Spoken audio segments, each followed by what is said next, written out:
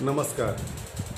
मैं चंद्रशेखर मिश्र, जनपद बलरामपुर से, लोकसभा श्रावस्ती से।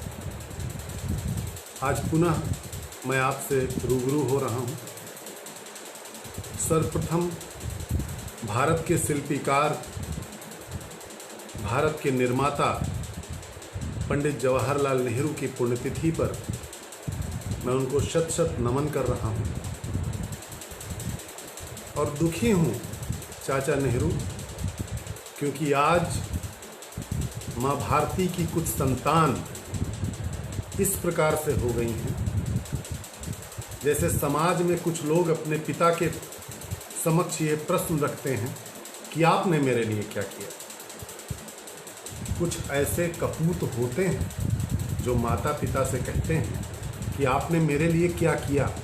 ठीक उसी तरह इस राष्ट्र में कुछ ऐसे संतान आए हैं जो पूछ रहे हैं कि 70 वर्षों में कांग्रेस ने क्या किया, जवाहर जी ने क्या किया।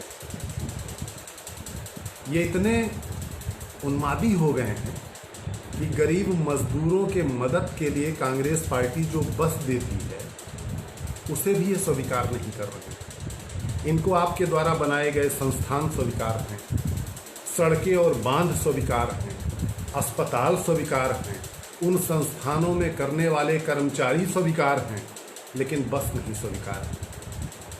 अजीब सी विडंबना आ गई है इस राष्ट्र में। है मैं आज लाइव आया हूँ, उसका एक दूसरा कारण है। हम सेवा भाव लेकर 1885 से जो आरंभ हुए थे हमारे पूर्वज, उनकी पूंजी को सजोते हुए हम आज वर्तमान परिप्रेक्ष्य में सेवा भाव से जुटे हैं। हमारी राष्ट्रीय महासचिव प्रभारी उत्तर प्रदेश ने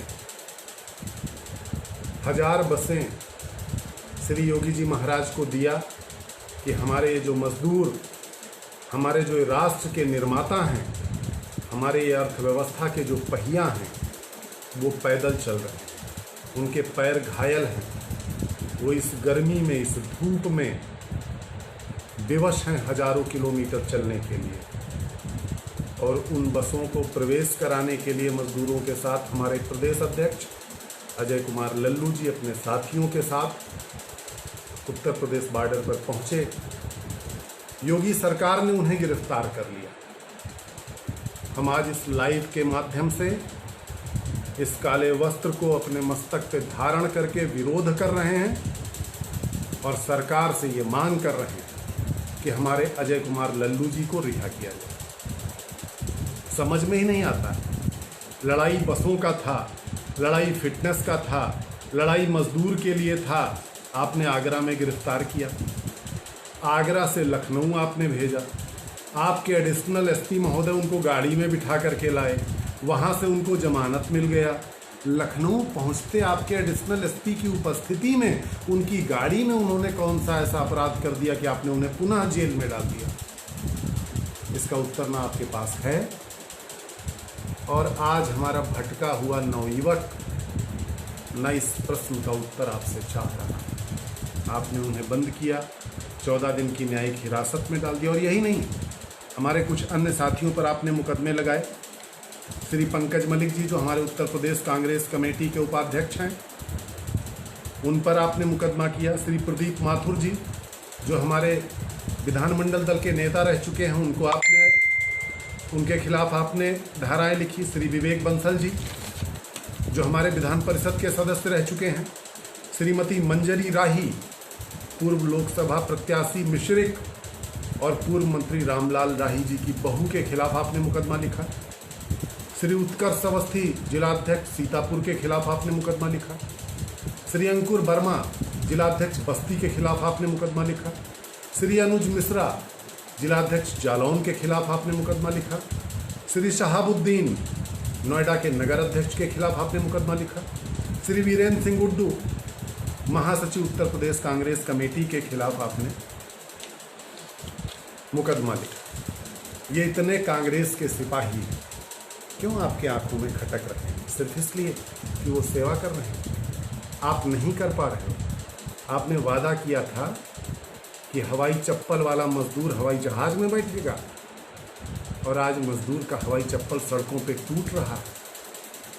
आपने चरण उनके पखारे थे श्री मोदी जी, और आज उनके चरण की बेवाइयाँ फट रही हैं और ये सड़कें रक्त से रंजित हो रही हैं।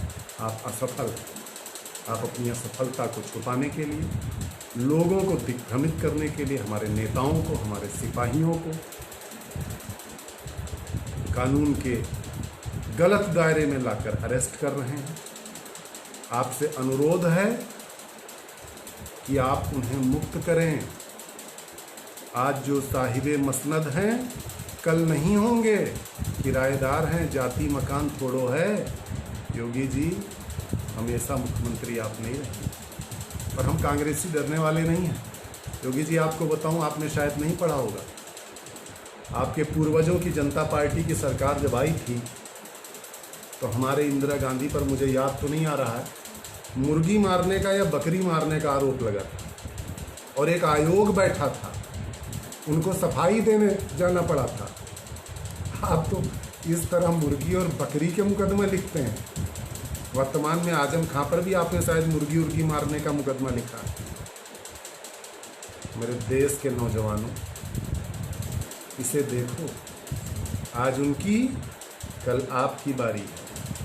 कोई गलती करे आप उसे दंड दीजिए, हम आपके साथ खड़े हैं, लेकिन निरापराध को, सेवा भाव से आए हुए व्यक्ति को अगर आप कष्ट दे रहे हो तो आप ये जान लो, श्रवण कुमार सेवा भाव से जल लेने गए थे और राजा दशरथ, जिनके कुल में नारायण ने अवतार लिया और गलती से उन्होंने तीर चला दिया था, दंड मिला। दंड आपको ही मिलेगा क्योंकि आप राम के पुजारी हैं और राम का नाम लेकर के आप राजनीति करो, इससे दंडित तो आपको होना। मित्रों, एक बात थोड़ा सा आगे बढ़ा के कह रहा हूँ। बड़े कमेंट आते हैं आजकल, तो फेसबुक पे मैंने कमेंट पर ध्यान ही देना छोड़ दिया कि जब तक माँ सरस्वती हमारे इन नवयुवकों को सद्बुद्धि नहीं देंगी तब तक मैं इनके कमेंट का जवाब नहीं दूंगा। मैं अपना मैसेज कह दूँगा। आप सोचिए कि हमारी प्रियंका जी 1052 बसें लाती हैं, ये उसकी जांच करते हैं, उसमें auto rickshaw, rickshaw, cycle, motorcycle खोजते हैं, ठीक है। आप सोचिएगा 625 बसें योगी जी राजस्थान भेजते हैं हमारे छात्रों को लाने के लिए। क्या हमारे राजस्थान की कांग्रेस सरकार ने या मुख्यमंत्री ने उन बसों को चेक किया? नहीं चेक किया, क्योंकि आप सेवा भाव से आए थे। आपका सहर्ष स्वागत किया उन्होंने। आपके बसों में तेल नहीं था, आपने टेलीफोन किया, निवेदन किया, आपके निवेदन को स्वीकार किया गया, आपके बसों में तेल डाला गया। किसी को कानो कान खबर नहीं है, सोशल मीडिया पर सुनने वाला कोई भी व्यक्ति बता दे कि हमारे अशोक गहलोत साहब ने यह कहा हो कि इनकी 625 बसें आई, मैंने उन्हें चेक किया या मैंने उन्हें तेल दिया। एक लफ्ज़ नहीं बोला गया। क्यों? क्योंकि हम कांग्रेसी, हम सेवा करने वाले का सम्मान करते हैं, हाथ साथ करते हैं, स्वीकार करते हैं, छाती से लगाते हैं। हमने उन बसों को चेक नहीं किया, आरटीओ ऑफिस नहीं बुलाया फिटनेस के लिए, उल्टे तेल भी दिया। हम तो बताते ही नहीं, कोई जान ही नहीं पाता, लेकिन आप चोर के दाढ़ी तिनका। आपने कहा कि राजस्थान सरकार ने पैसा मांगा, हद है। हमारे मंत्री ने प्रेस कॉन्फ्रेंस करके बता दिया कि आपके सचिव महोदय ने पत्र भेजा कि आप अपना बिल दे दीजिए।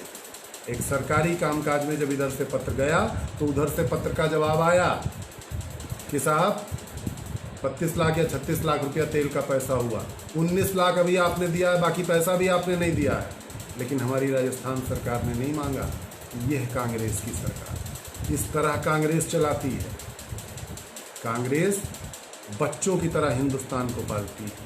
ऐसा नहीं कि 1 किलो दशहरी आम ले लिए तो छत पे जाके चिल्ला रहे हैं आज हम अपने बच्चों के लिए आम लाए, आम लाए, आम लाए, चरण धुल रहे हैं, उसको सोशल मीडिया पे दिखा रहे हैं।